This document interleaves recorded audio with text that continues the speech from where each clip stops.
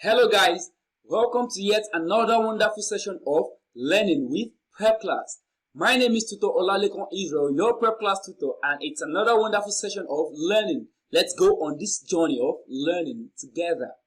In this video, we will be answering WAEC English 2019 past questions. But for this video, we will be answering just question 26 to question 30. Now, remember, the purpose for these videos is to guide you on how to answer similar questions like this one in your WAEC examination. So, let's begin. Before we begin, kindly take a moment of your time to subscribe to this channel. Also turn on the notification so you can be notified whenever we upload any new content. Alright, let's begin. Question 26. Now, the instruction for question 26 is to select the best interpretation, the most appropriate interpretation for the sentence. We have to select the most appropriate interpretation for the sentence. If you watch our last video where we solved question 21 to question 25, the instruction remains the same. We have to select the most appropriate interpretation for these sentences. So, question 26 reads, when the show was about to begin, we were still at 6s and 7s. This means that we were A. confused, B.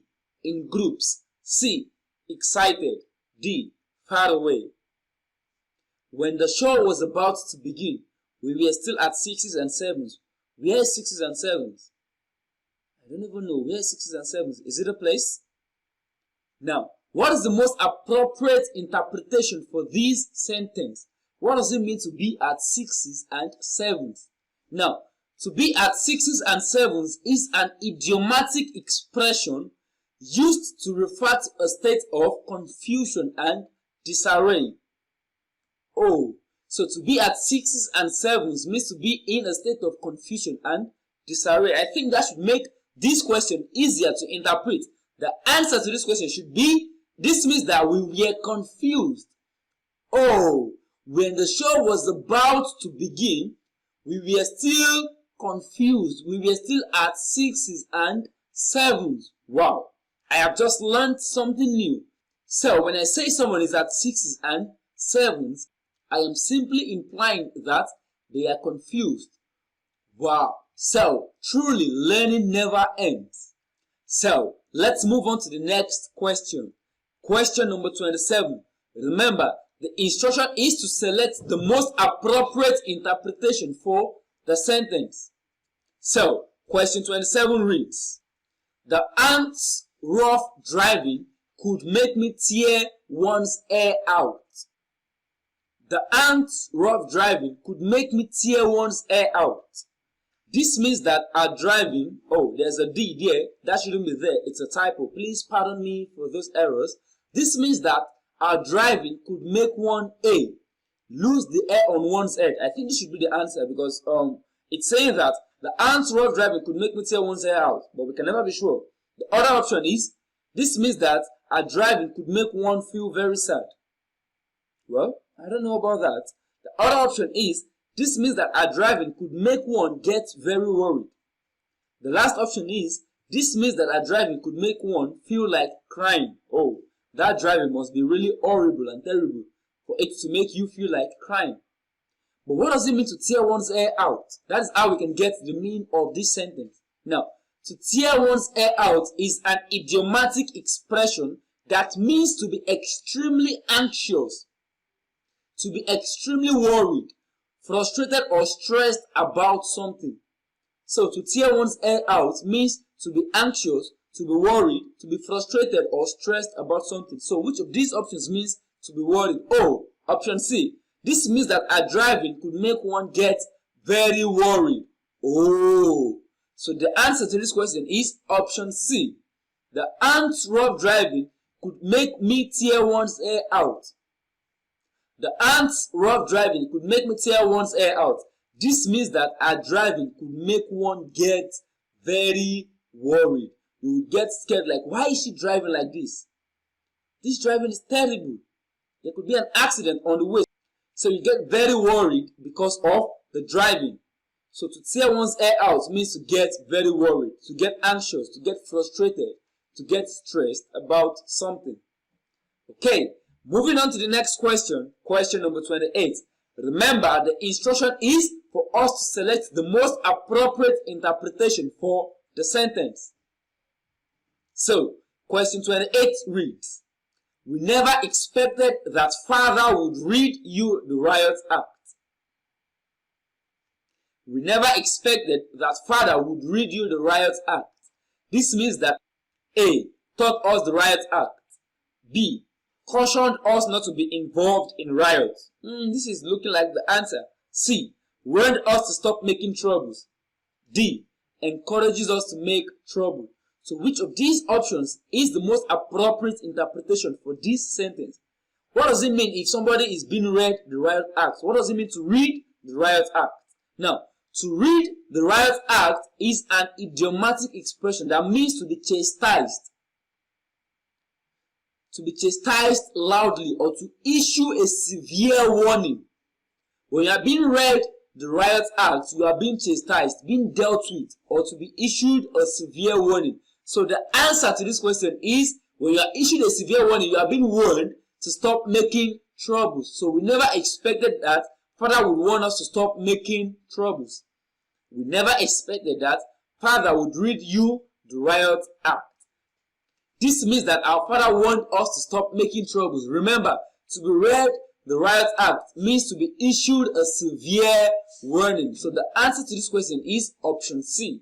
Option C is the most appropriate interpretation for this sentence. Okay, moving on to the next question, question number 29, and it reads, you will certainly break his heart if you tell him that. This means that telling him that would, remember, we have to select the most appropriate interpretation for this sentence.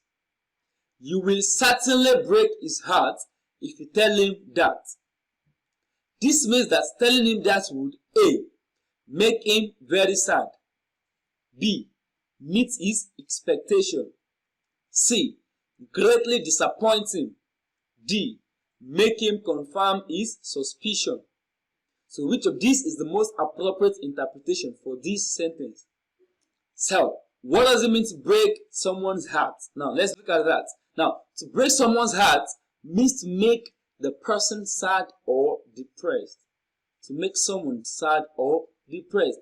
Now, I believe for those of you that might have gotten yourself into one relationship or the other, I know that shouldn't be what you should be getting yourself into now, but I know it's the age of adolescence, but it shouldn't be what you should be getting yourself into. Your focus should be on your academics. But for those of you that might have gotten yourself into a relationship or the other, some of you might have gotten heartbroken. And when you get heartbroken, you feel sad. You feel depressed. So this means that telling him that would make him very sad. You will certainly make him very sad if you tell him that. You will certainly break his heart if you tell him that. Now, it does not meet his expectation. No. Greatly disappointing is looking like an answer to this question. But when somebody gets disappointed, it doesn't necessarily mean the person is sad. When you get disappointed by someone, you might not necessarily get sad. But when someone gets heartbroken, you are definitely going to be sad and depressed because you've invested in that relationship. So the answer to this question is option A. You will certainly break his heart if you tell him that. This means that telling him that would make him very sad. Okay, moving on to the next question, question number 30. Remember, the instruction is to select the option with the most appropriate interpretation for the sentence. Now, this sentence reads, he is at the crossroads of his life. This means that it is time for him to A. Make a very important decision. B. Retrace his step. C. Make peace with everyone. D. Take matters seriously. Now, what does it mean to be at crossroads? To be at crossroads is an idiomatic expression that implies that one is at a critical juncture, at the point of decision. And let's just put this down basically like if you are at a crossroads, probably at a T-junction and you are going somewhere. You don't know your way around. You are what's confused. You don't know the decision to take. Should I go left? Should I go right? Should I go forward? Should I go backwards? That is just the literal meaning of that. But the idiomatic expression, the meaning of being at a crossroad, means that someone is at a critical juncture, a juncture of an important decision. So when we say someone is at the crossroads of his life, this means that it is time for him to make a very important decision.